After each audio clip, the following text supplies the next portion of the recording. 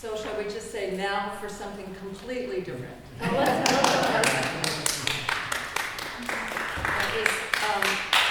Hearing the fandangos, it's such a wonderful contrast to high court dance. You know, you can imagine the whirling and why this is considered so sensual when you see the contrast of the standard court dances. Baroque dance was extremely important in the lives of aristocratic people in the 17th and 18th century. Children as young as 4 and 5 began dance lessons, and it was learning to dance well was extremely important.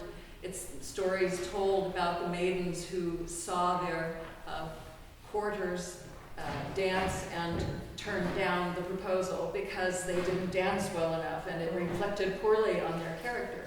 So dancing was not for enjoyment, it was to impress and to show others that you are cultured and well-bred, and you know how to carry yourself and show your best clothing and your best wig, and present the best picture of yourself and your character as you dance. So you're being assessed by the nobility as you come to dance in the court. The Baroque dance music that we hear of Bach was never intended to be danced. It's far too complex. But it certainly is capturing the character and personality of the dance movements. So I think putting it in the context of the court and imagining the costumes and the motions of the dancers, which were extremely refined. It preceded ballet. Motions were very subtle and understated. It was about elegance and grace. And if you can imagine the women with their corsets, cinching them in so they could hardly breathe with their abdomens, it was all high chest breathing, doing these aerobic motions in a very elegant way while wearing extremely heavy clothing. It was an athletic event, although it certainly didn't look that way. It was grace under fire. You were to give the impression of complete ease and grace and no effort at all. So there were two main dance styles in Europe at this time, the most prominent being the French style, because that was associated with Louis XIV, called the Sun King, because he had his portrait taken wearing a sun costume, which he used to dance in the court. The Italians also had their style, which traced directly from the Renaissance. You'll read about that all in this handout. I won't spend a lot of time going through it. You can read it for yourself.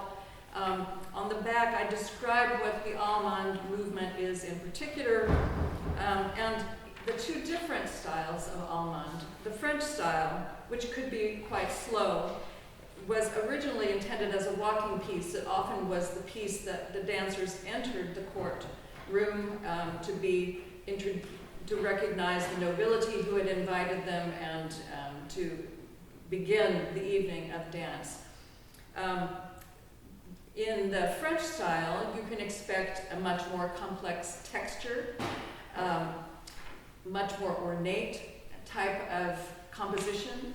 If you think of the French language or the French cooking, it's richer, it's more dense, it's subtle. As opposed to the Italian, which is more simple, fresh, same thing with their food and their language. We see in the Allemande, an Italian style Allemande is going to be a little bit more quickly played. It will have an imitative structure, oftentimes just two parts, right hand, left hand, and they're quite a different feel from the French style Allemande. I chose to play the 6 Allemandes of the French suites because they're short, small versions that demonstrate these two stylistic features quite well. Of the 6, 4 are French style. You heard one French style Allemande already today if you were here at 10, beautifully played by Carolet. Quite ornate, quite complex, very subtle. And then there are 2 Italian style Allemandes in the French suites. I'm going to let you listen and see if you can choose which is French, which is Italian, and hopefully by my playing and the music speaking for itself. When I test you at the end, you'll pass. I'm going to play, normally I would play both repeats, but due to the time constraints, I'll play the first half as written, and then with a lot of ornaments, as many ornaments as I think would be appropriate, maybe too many for some, but just to show what kinds of ornamentation can be added. And then the second half, I will just play ornamented, no repeat.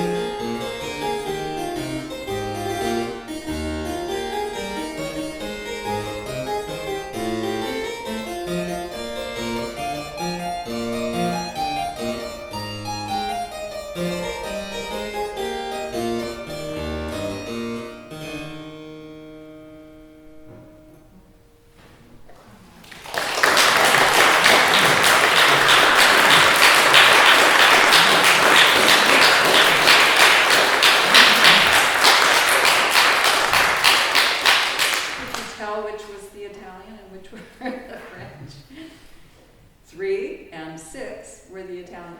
All the rest were French. Interesting. I'll take it. Yeah, questions or comments? I think once you start to look for that stylistic element, it really informs you about tempo and affect. Yes? I was wondering what edition of the Allemande you were using. I'm using the Henley. So there was no manuscript edition. What we have are students' copies. And that tells you something about the importance of these French suites being teaching pedagogical material. But it makes it a little difficult to know. Bach did work and rework, and so you'll hear different versions, notes that go different directions in one edition from another. It's just that there was no, quote, original manuscript copy extant. So, yeah. Other questions? So these pieces would have been considered impractical for actual. Absolutely. The dancers themselves, typically in the smaller courts, they would be accompanied by a single violin player. And every note was considered in the choreography. So every piece of music was choreographed specifically for that music. You wouldn't have an Allemande choreography that was used for multiple Allemandes. Every Allemand was choreographed separately for that melody. And it was really the melody that they were choreographing. Having so many different voices and different things going on, I've talked to Baroque dancers about, could you dance this while I play? Oh no, they just roll their eyes and say, far too many things going on, no, we can't possibly choreograph that. So no, it's just a simple single line typically that they were dancing to. If they had more instruments, it was just a continuum part that was chording homophonic texture. Yeah. That was the other question, was how would it have been presented musically for the dance with the instruments? This type of music was meant for listening, and it would have, when the dancers were tired and were no longer dancing, it could have filled time in the evening. Yeah. Other questions? Yeah. Of course, all 4 basic dances have their Italian and French equivalents. Agreed. And I'm doing some work on giga and gigue.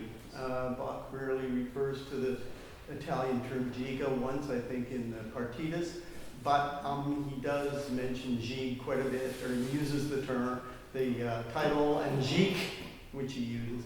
Have you thought of other dances besides the Allemande? I mean, I'm particularly interested in the gigue, but... well, the corrente, the courante are the ones that everyone knows. Sarabande also, yes, the Italian style, French style. The difficulty is that Bach didn't label them corrente when he was writing Italian style. Right. All of these are called courants, and more of them are correntes than they are courants. So same thing with Allemande. They're all Allemandes, but some are French style, some are Italian, and it's up to the performer to know, to look for the signs. Yeah. Yeah. I noticed that Little and Jenny in there, which I use as my Baroque dance guide, omit Allemandes, and I appreciate your filling in for us what they meant. They don't explain, about any kind of step that might be going with them. Yeah, But it's a lot. Baroque dance is a complex topic because it was evolving, and every year there were new dances, choreographies coming out, and so it was up to the informed aristocrat to stay current with what the latest trends were in dances and to learn the latest dances so that they were able to do them in court and not just the old stuff, which labeled you as out of it. So it was really very political as well. Does Allemande mean German? Or Yes, it does, yeah. And where does that title come from and how so I does was that mean? confused about French, Italian. Yeah, nobody knows. I mean, there are a lot of theories about where that term came from and why are these labeled Allemandes, but I don't think there's a definitive answer to that. So, yeah. I was wondering if you added your own ornamentation. Yes, I did. Yeah. And I was purposefully laying it on thick. I don't always ornament that heavily, but I wanted to show, I mean, Bach writes a lot of ornaments already, and so the first time through I didn't add any of my own. What was there was Bach's, and then I added more just to show, and Bach did that all the time, and so to show that it's possible to add in the style of hopefully not just a trill or two, but filigree that complements what Bach wrote. So that was my intent. Thank you all.